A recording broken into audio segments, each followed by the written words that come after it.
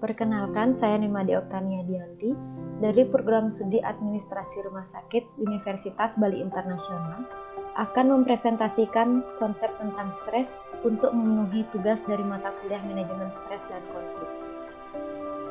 Adapun pokok bahasan yang akan dibahas, yang pertama pengertian stres, yang kedua stres dalam kehidupan, yang ketiga stres pada pekerjaan, yang keempat stres pada jabatan, yang kelima, teori tentang stres. Yang keenam, teori-teori stres jabatan. Yang ketujuh, memaknai stres. Dan yang kedelapan, kesimpulan. Pengertian stres. Stres adalah reaksi tubuh yang muncul saat seseorang menghadapi ancaman, tekanan, atau suatu perubahan. Stres dalam kehidupan. Pemahaman terhadap stres memiliki arti penting dalam kehidupan, baik bagi individu maupun bagi organisasi. Karena stres memiliki dampak positif maupun negatif yang akan mempengaruhi kehidupan dan perkembangan individu atau organisasi yang bersangkutan. Outcome negatif dari stres pada tingkatan perorangan telah banyak didokumentasikan dan termasuk sakit fisik dan mental, penurunan komitmen dan kepuasan kerja, yang pada gilirannya berpengaruh pada menurunnya motivasi dan kinerja, produktivitas, dan ketidakhadiran karena sakit. Kemudian, stres pada pekerjaan. Stres yang terkait pada pekerjaan atau jabatan telah diidentifikasi sebagai salah satu masalah terbesar di lingkungan kerja organisasi. Stres kerja adalah stres yang berkaitan dengan pekerjaan. Menurut WHO, stres pekerjaan adalah tanggapan orang-orang pada saat tuntutan dan tekanan kerja tidak sesuai dengan pengetahuan dan kemampuan mereka dalam mengatasinya. Stres yang terjadi di tempat kerja umumnya terjadi karena atribusi pekerjaan, situasi hierarki, serta hubungan antara kolega dan pelanggan. Tingkat stres yang tinggi dapat menyebabkan beberapa konsekuensi negatif seperti absensi, kecelakaan, industri, dan cedera. Kemudian ada stres jabatan. Stres jabatan menurut James L. Gibson yaitu stres jabatan sebagai respon adaptif yang dimediasi oleh perbedaan individual dan merupakan konsekuensi dari beberapa tindakan, situasi, dan peristiwa. Stres jabatan atau stres pekerjaan hampir terjadi di semua lini organisasi termasuk di perguruan tinggi. Kemudian, adapun teori tentang stres, terdapat 3 teori besar stres. Yang pertama, biological stress theories. Teori yang mencoba untuk menjelaskan tentang respon tubuh terhadap stres.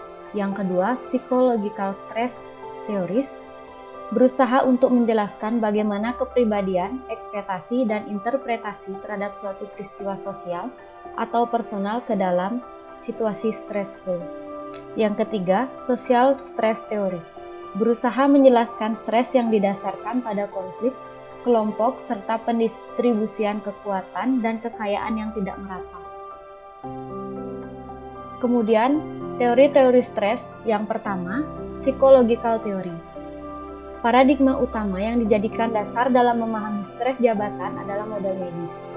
Model tersebut hipotesis bahwa luka-luka di tempat kerja disebabkan oleh berbagai kecelakaan yang tidak dapat dicegah sebagai risiko dari pekerjaan. Yang kedua, sociological theory. Teori-teori kepribadian yang didasarkan pada model medis yang bersifat individualistik, di mana suatu persoalan diperlakukan sebagai kasus-kasus yang unik sehingga tidak terikat pada struktur dan proses budaya, sosial, politik, serta ekonomi. Yang ketiga, systemic theory. Pendekatan sistemik atau transaksional terhadap stres jabatan menyatakan bahwa ada keadaan di mana kepribadian atau kondisi-kondisi lingkungan yang kurang baik satu sama lain memiliki konteks hubungan yang tidak relevan. Yang keempat, person-environment fit theory digunakan sebagai suatu cara untuk memahami proses adjustment antara karyawan dan lingkungan kerja mereka. Yang kelima ada demand control theory, suatu pengembangan dan perluasan dari job strength model yang konsen terhadap pengaruh bersama antara tuntutan dan kendali pekerjaan terhadap kesehatan kerja. Yang keenam, communication theory.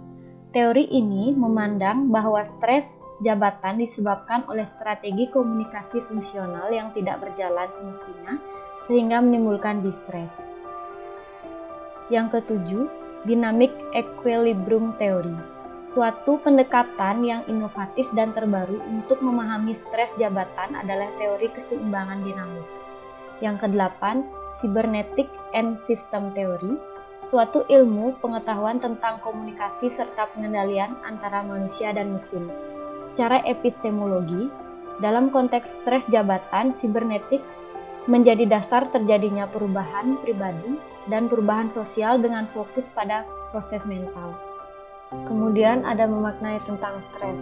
Stres tidak hanya bersumber dari tuntutan eksternal, tetapi juga bisa dihasilkan dari dalam, misalnya oleh harapan, ketakutan, kebutuhan, dan kepercayaan. Beberapa stres sangat penting bagi perkembangan pribadi manusia. Sejumlah stres memberi kita semangat untuk hidup dan meningkatkan kreativitas kita.